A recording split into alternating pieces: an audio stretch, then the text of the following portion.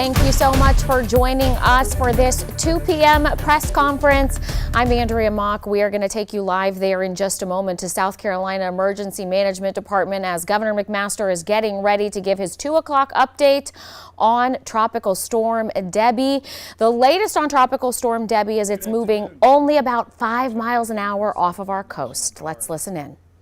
Og Mandino, the successful salesman and author, said, "I will not allow yesterday's successes to lull me into today's complacency, for this is the great foundation of failure." If you're a praying person, I invite you to please pray with me.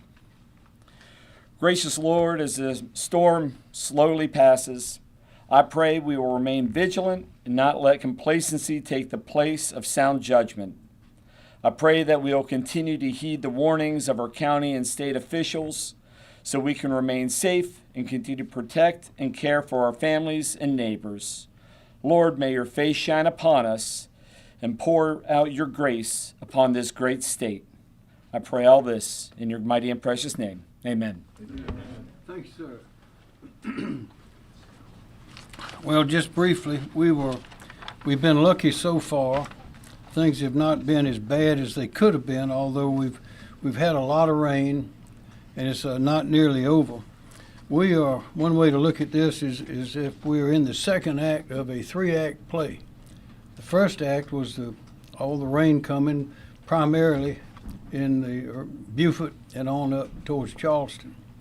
And that has subsided some now, and the hurricane moved a little off the storm, and that's coming back for the second act.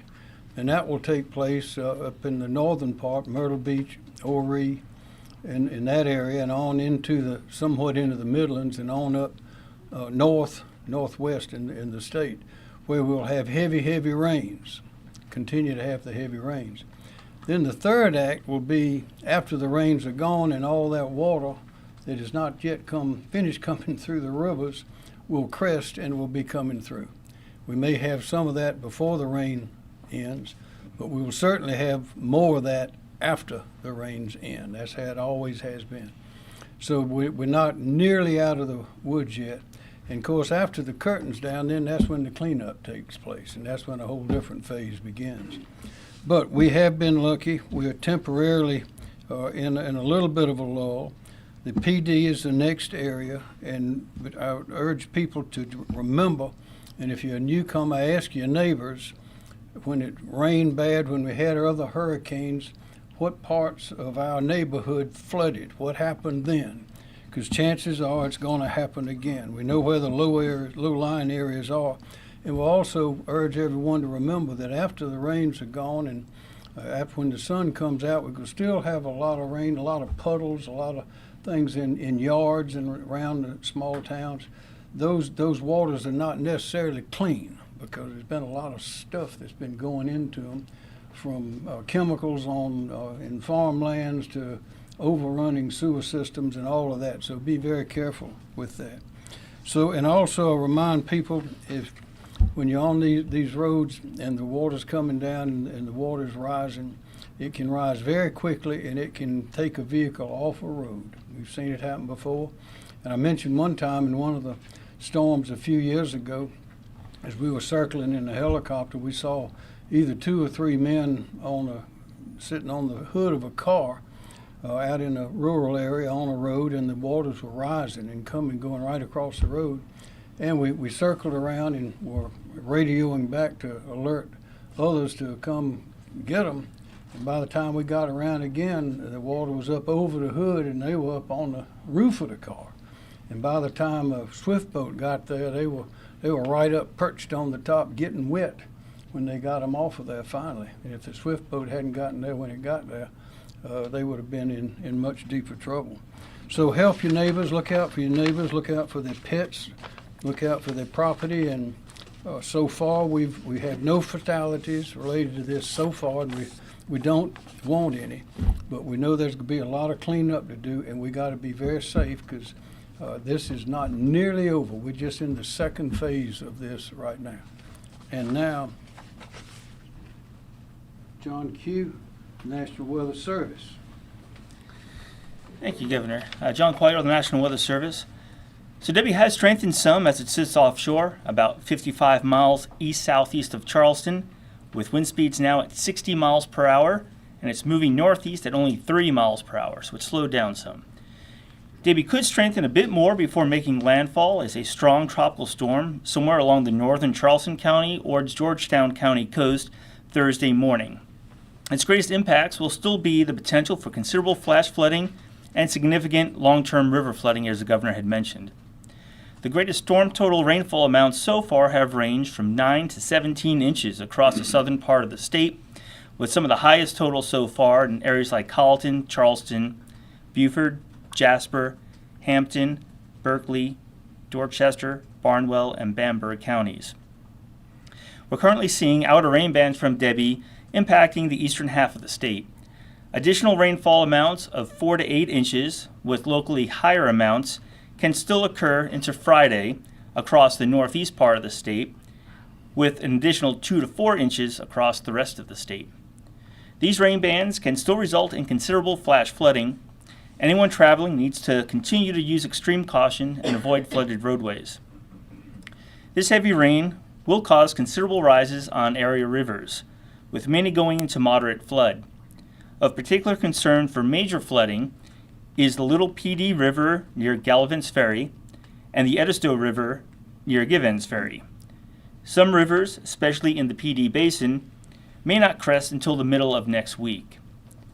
Given the strength of Debby, it's possible for areas along the immediate coast to experience tropical storm force wind gusts, with many areas inland likely to experience wind gusts of 20 to 30 miles an hour through Thursday. Fortunately, the threat for significant storm surge has ended, but minor coastal flooding is still possible across the northern portion of the South Carolina coast, mainly with the high tide cycle this evening and possibly again with the morning high tide cycle tomorrow. An isolated tornado threat still exists, but mainly near the Grand Strand. So please don't let your guard down. The direct impacts from Debby will persist into Thursday night or Friday, but the river impacts could potentially last much longer. And again, please go to weather.gov for the latest forecast information. Thank you. Thank you. Kim Stenson. Thank you, sir. Kim Stenson, the State Emergency Management Division. The State Emergency Management Operations Center remains at OPCON 1, which is our highest readiness state. And the priorities here at the State Emergency Operations Center include supporting local shelter and localized evacuation operations, maintaining the transportation lifeline, planning for possible riverine flooding, especially in the PD area, and supporting damage assessment operations. We have our personnel deployed to 9 counties to assist the local authorities throughout the operation, and we continue to closely coordinate with county emergency management officials. 25 counties right now are at some level of enhanced readiness, with 11 counties at OPCON 1, which is the highest readiness level, and 14 counties at OPCON 2, which is an enhanced readiness state. Their primary focus right now includes sheltering operations, response operations, including rescues, and possible local evacuations. No major communications issues have been reported. We do have some preliminary damage estimates from Berkeley, Charleston, and Colleton. 64 homes had damage, with a majority in Colleton County, which has 1 home destroyed and 15 with major damage. Berkeley, Colleton, and Horry counties are reporting a total of 6 businesses with some level of damage. Infrastructure damage right now is currently limited to road damage due to rain and floodwater, and damage assessments are being compiled.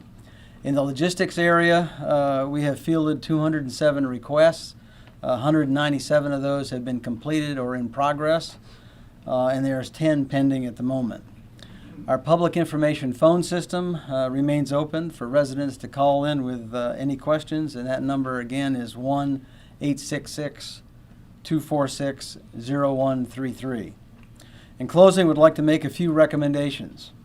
The first is to stay away from flooded areas and avoid taking on any unnecessary risks.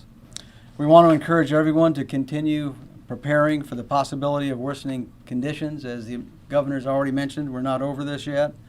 And whether that means securing your property, gathering essential supplies, or having a plan in place for a quick evacuation, proactive steps now can make a big, huge difference.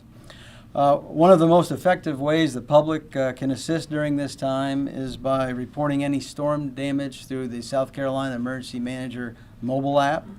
And it's not just about documenting losses, but it's also helping us direct response and resources to where they might be needed.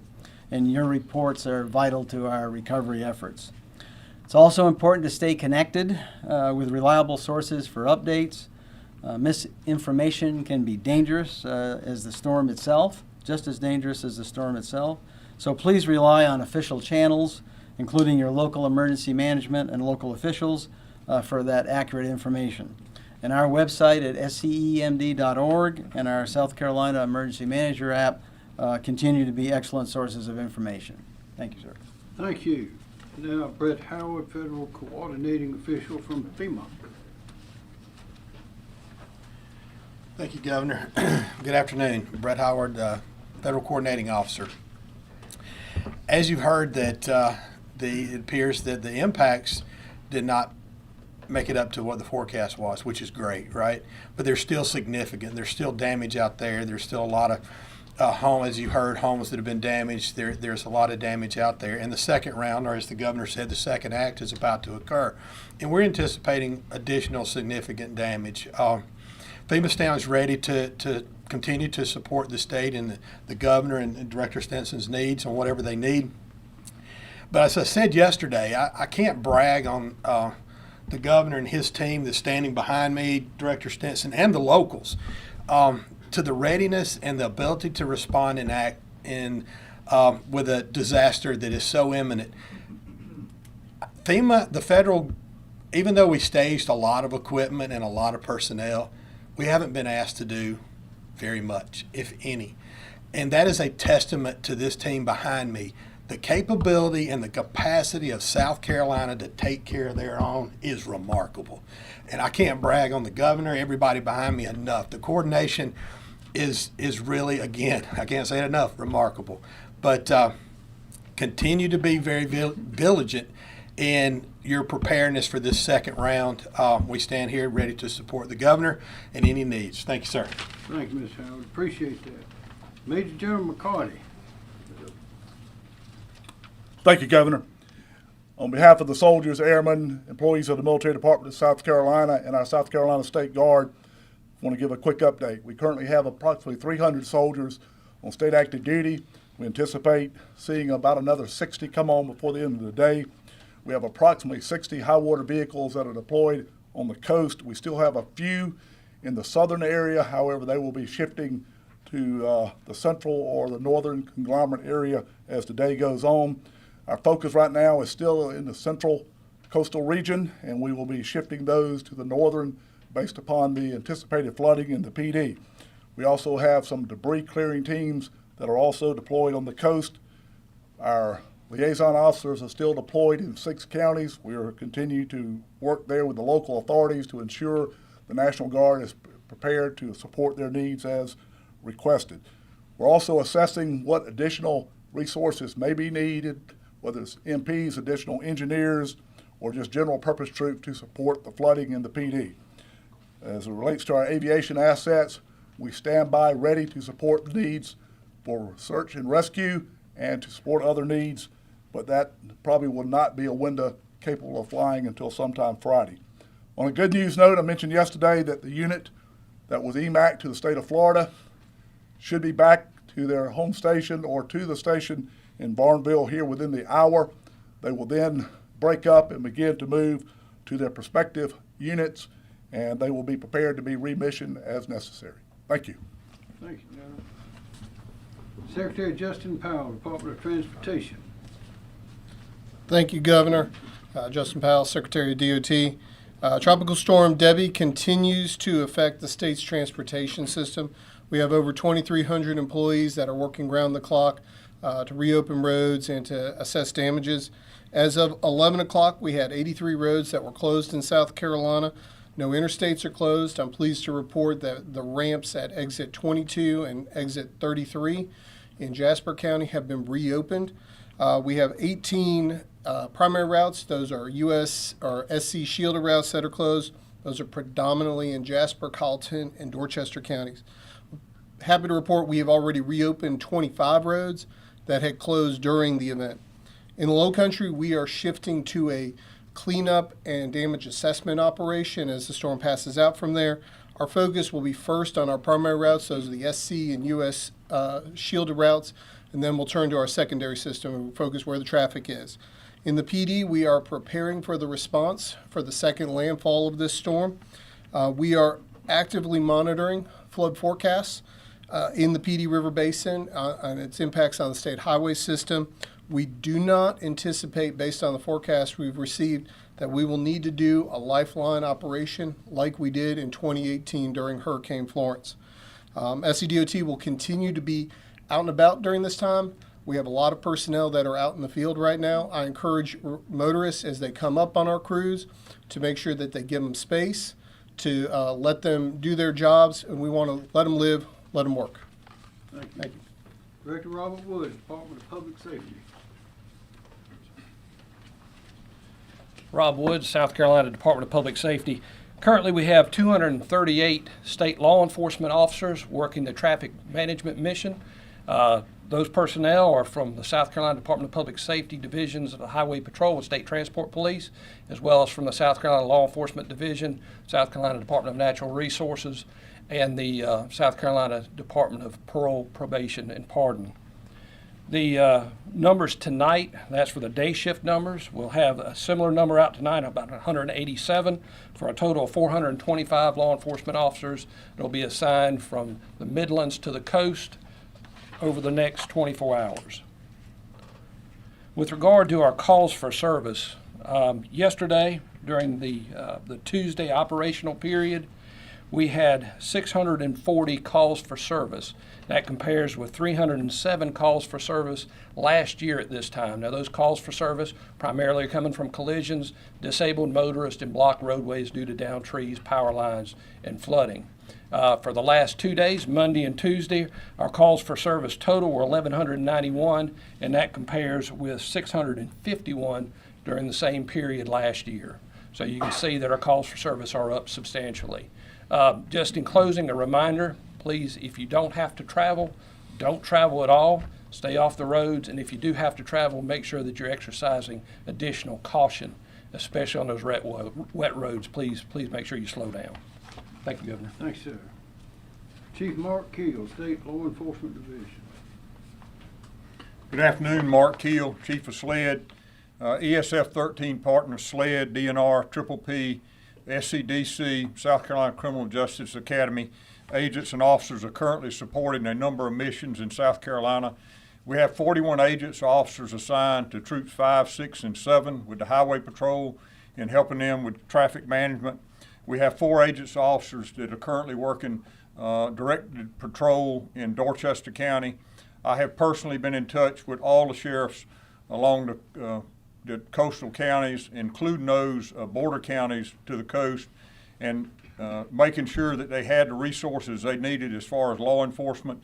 Many of the southern counties have gone back to normal operations from the standpoint of law enforcement.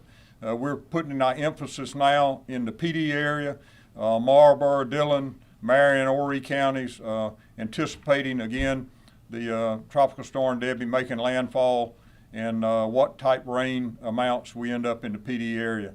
But we stand ready to support our local law enforcement counterparts wherever they need it. We have the resources in place and available, along with all of our state partners.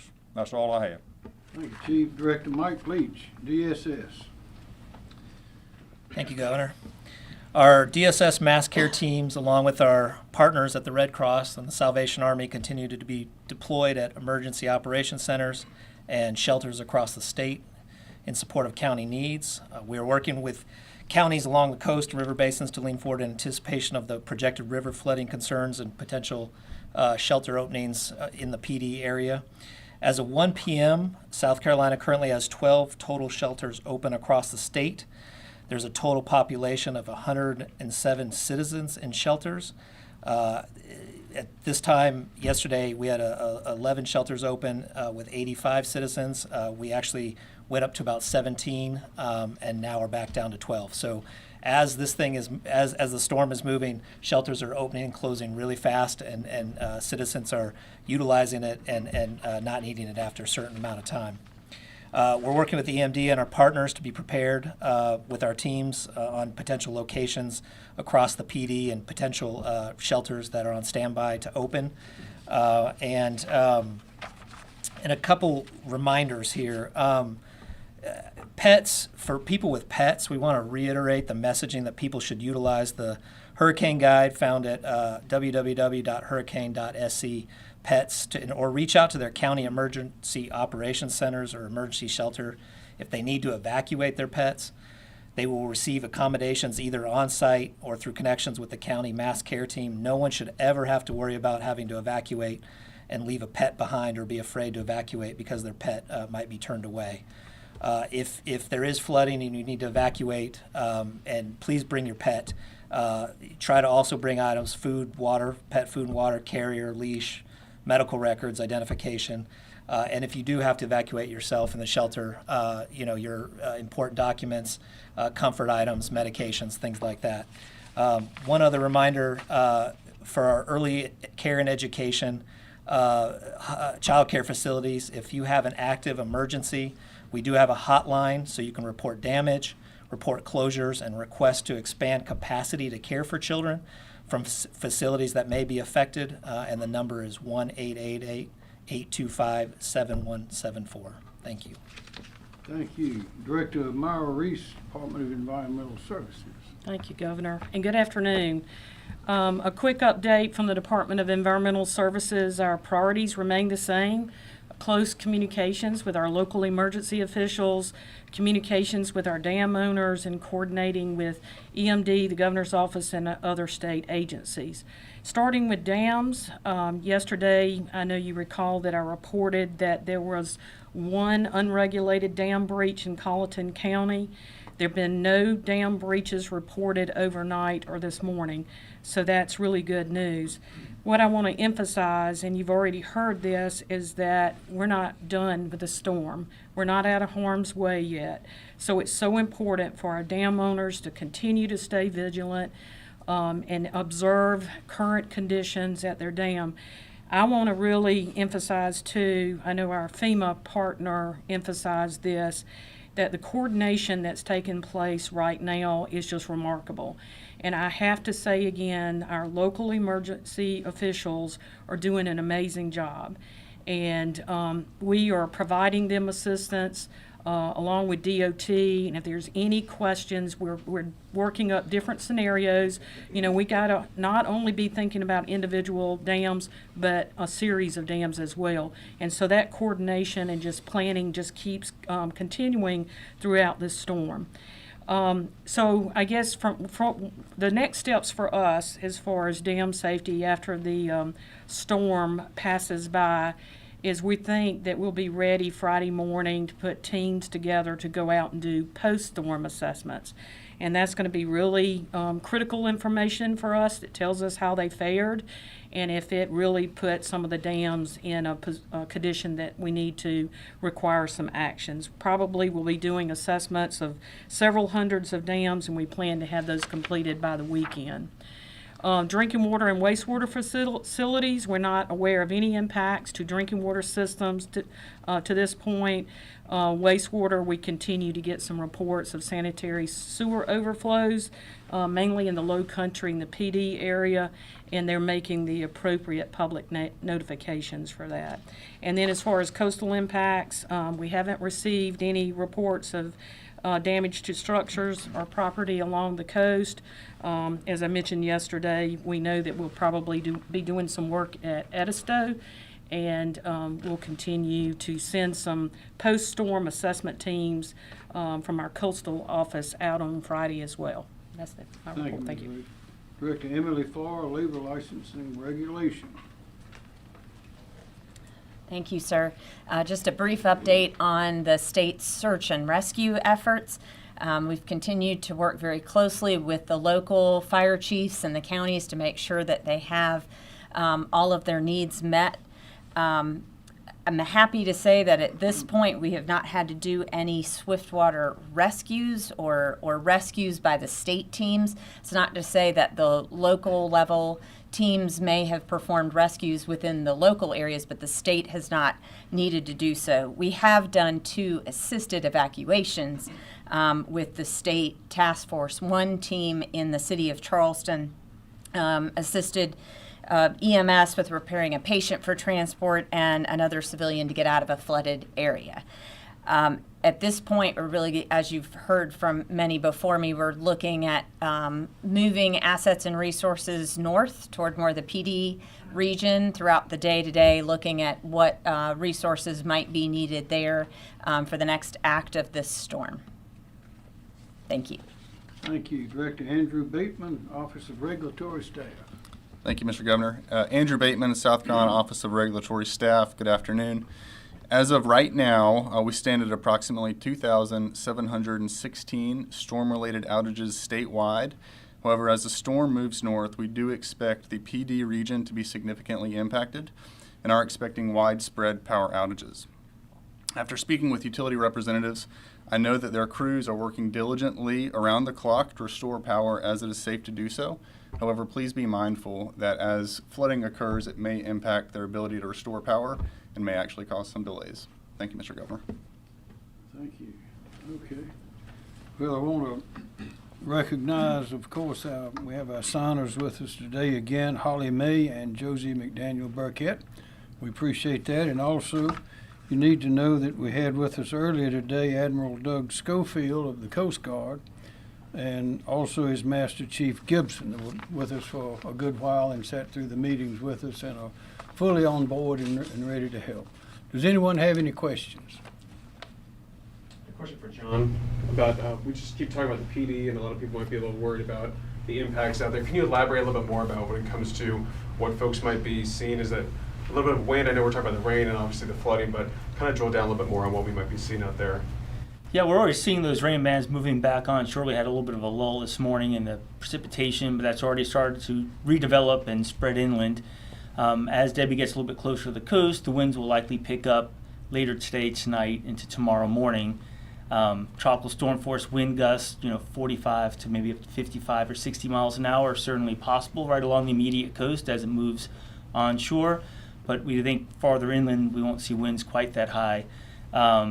We still think the rainfall is going to be a threat. It may not be as catastrophic as what we were saying, but we still think as these rain bands develop, they could sit over the same area for long periods of time, produce a lot of rainfall and a lot of flooding. So really just need to be mindful that the threat isn't over. It's still going to be there. We're fortunate the storm surge, it's just not the way the wind fields are, the way the tide cycle is. We just don't expect the big surge from the storm, so we're very fortunate that way. But the rivers up there take a long time to respond. It's very flat. So the rain that falls will go into the rivers, and then also the rain that falls into North Carolina, which will be considerable, will take some time to work its way down into the state. And that's why we don't expect those rivers to crest probably until the middle of next week at some point. More questions? Yes, sir. Governor, you just mentioned speaking with the Coast Guard this morning. Do you know if the Coast Guard has had to make any rescues or been involved in those situations? I don't think they've made any rescues. They are fully on standby and ready to help with manpower and boats and helicopters, etc. Question? Yes, sir. Question for Director Powell. There was a report earlier today that exit off 526 is indefinitely closed in North Charleston. Are there any other locations that have been damaged by more than just flooding and might be indefinitely closed? I think that was your Sure. So yeah, there was a drainage outfall that had some impact on that one. But what I would say is right now we're in that stage where a lot of the water is receding. So we've got to see where those damages are. And so once we do that, that's part of our activity over the next several days, particularly as the rain stops, the water starts receding, we'll go through. We will take a look at the damages out there, if they can be done by our crews or if we need to bring in a contractor to repair them. But we'll work on it expeditiously, and we basically have 12 assessment crews that are ready to go basically go throughout the state, look at those damages, and to make determinations quickly. More questions? I have one for Adjutant General McCarty. Just when we talk about moving resources to the PD region, obviously there's been a history with the town of Nicholls suffering some substantial flooding over the past couple of years with those storms. Any concerns about that this go around? Are you guys putting resources in those areas specifically? We'll be repositioning high water vehicles into Nicholls area, and primarily our debris clearing teams. We'll be working with the local authorities to ensure that we have the resources that they need and are monitoring the areas of concern that they would have. And if there is a need to bring in additional equipment, whether it's what we have in the state or to utilize Title 10 assets, we are in a position to make those calls and have those resources brought to South Carolina. Thank you. Director Ben Duncan, can you comment on that? Yes, for the town of Nicholls, we have a couple of infrastructure projects going on, stormwater drainage, and we have a home buyout project going on there. So we are well aware of the problems in Nicholls that we're trying to fix. How many homes have we fixed or renovated or removed? Total from all the previous storms, 3,440 homes, and we have a few more to go, and we should be complete by the fall. And we have some plans, and we have at least 25 plans and studies for other areas that don't quite understand their flooding issue, and we're trying to address those flooding issues now. That's the Office of Resilience. Questions? Any more? Yes, sir. For Director Reese with Environmental Services, it's my understanding that earlier in the year, the department applied for FEMA funds through the National Dam Safety Program. I'm wondering, particularly if after the storm, you mentioned kind of post-mortem dam inspections, if there is a need to make significant repairs. Do you know any sense of the timeline, details of accessing those federal funds?